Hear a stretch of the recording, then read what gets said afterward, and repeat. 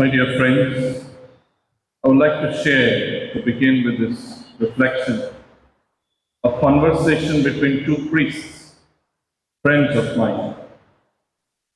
One of them asked the other, "Who is your favorite saint?" And he stated, whoever his saint was, referring to Don Bosco. And the other priest also asked him, "Who is your favorite saint?" He stopped for a moment, paused, and said, "It's my mother." And the other priest was taken aback, said, "Why do you say so?" I said, "Yes." He said, "Yes. My mother, I believe, is a saint, because she lived a very saintly life.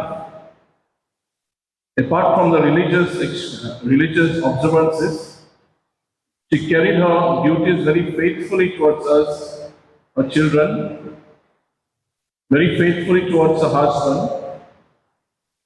was very concerned about people around, did everything that the scriptures instructs us to do, and I believe my mother is in heaven among the communion of saints."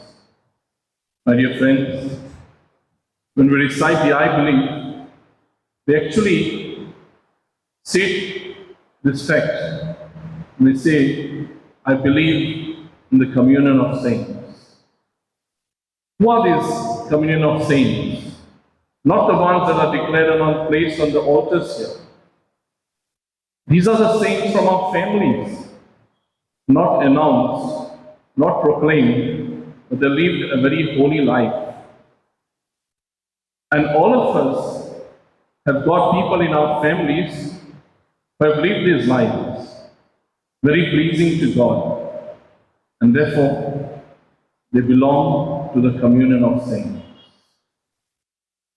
Through the little experiences of having known architect Bruno, and the small conversations that I had with him in different times, I think he lived a very saintly life, a very truthful life, a very just life, for which he had to suffer, for which he had to forego, even as far as his professional experiences were concerned. And today's readings tell us, choose life, not death. When we live a very truthful life, when we live a very just life, we choose life. And he chose life. Therefore, we can acclaim, we can state by faith that there are people in our families who live a very saintly life. My dear friends, this is what we need to be convinced. Because this is the type of life we all of us have got to yearn and march towards.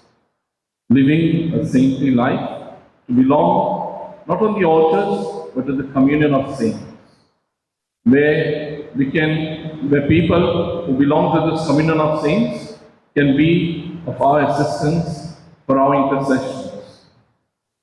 My dear friends, many of you may have certain experiences when you're in trouble, when you're in struggles, when you're in crisis.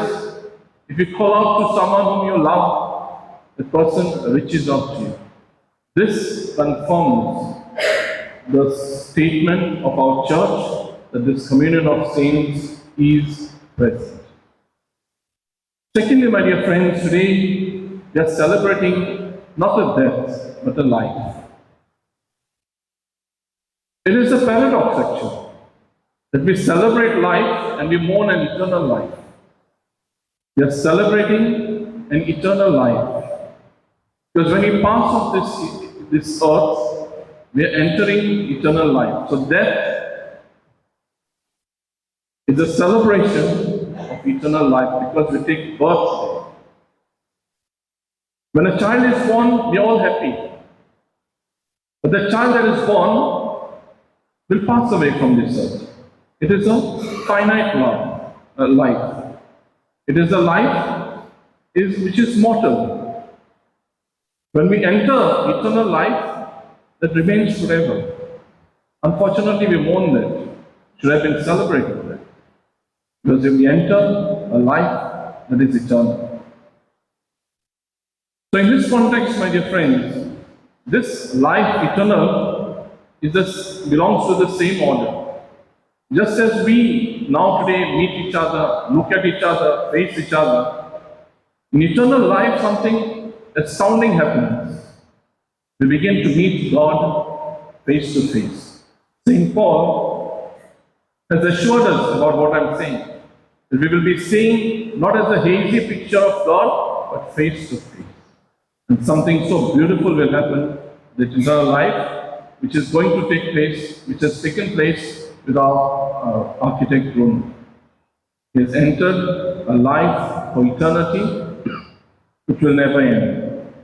Having the gift of facing God, just as we do to one another over here on earth. My dear friends, yesterday we entered the season of Lent, to Ash Wednesday. I'll just wind up with this thought in mind.